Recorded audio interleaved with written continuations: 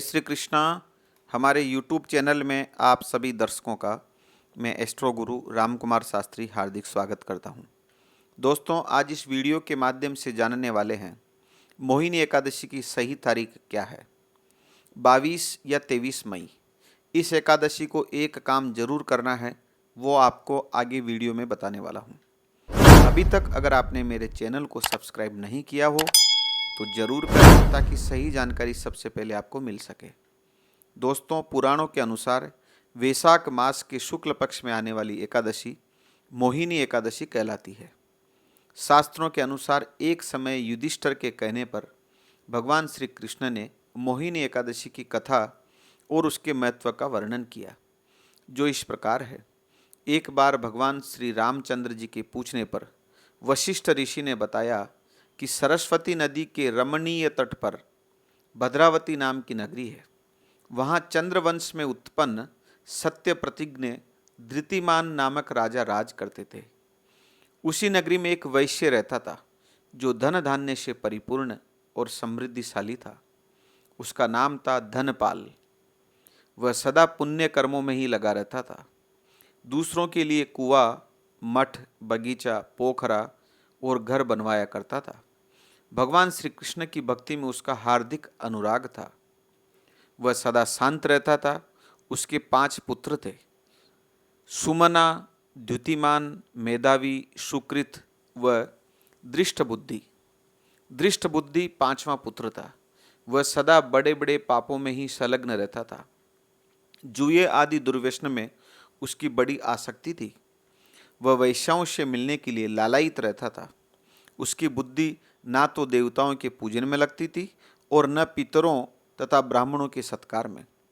वह दुष्टात्मा अन्याय के मार्ग पर चलकर पिता का धन बर्बाद किया करता था। एक दिन वह वैश्या के गले में बांह डाले चौराहे पर घूमता देखा गया। तब पिता ने उसे घर से निकाल दिया तथा बंधु बांधवों ने भी उसका परित्याग कर दिया। अब वह दिन रात दुख व शोक में डूबा तथा कष्ट पर कष्ट उठाता हुआ इधर उधर भटकने लगा।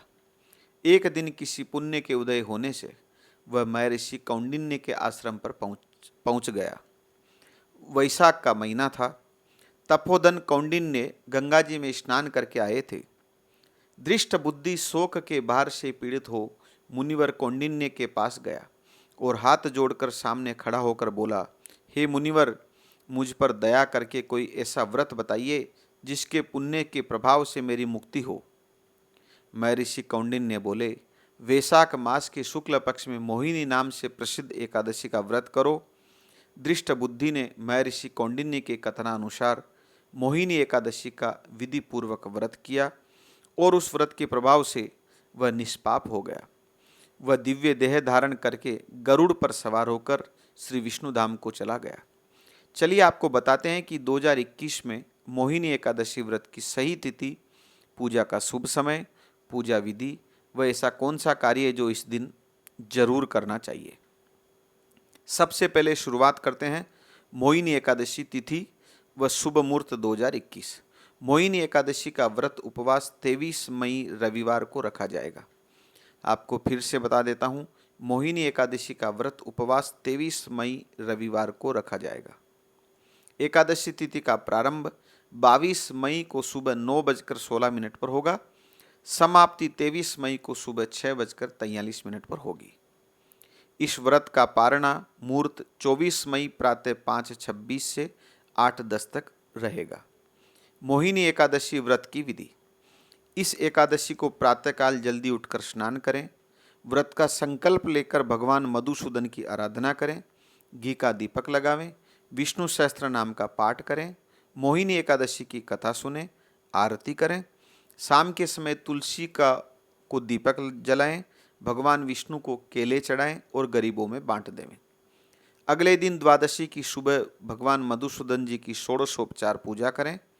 किसी ब्राह्मण को भोजन करवाकर वस्त्र व दान दक्षिणा देवें।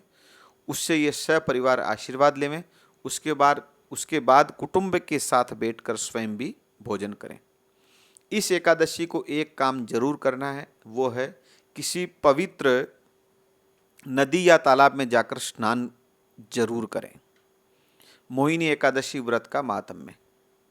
पुराणों के अनुसार मोहिनी एकादशी का खास महत्व है। ऐसा माना जाता है कि सभी एकादशियों में यह व्रत उत्तम है। इस व्रत के करने से के अनेक जन्मों के किए हुए पाप, मेरु पर्वत जैसे महापाप भी नष्ट हो जाते हैं। इसके प्रभाव से मनुष्य गरुड़ पर सवार होकर श्री विष्णु धाम को चला जाता है और मोक्ष की प्राप्ति होती है।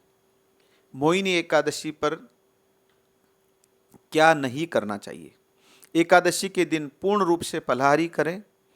अन्न का सेवन नहीं करना चाहिए।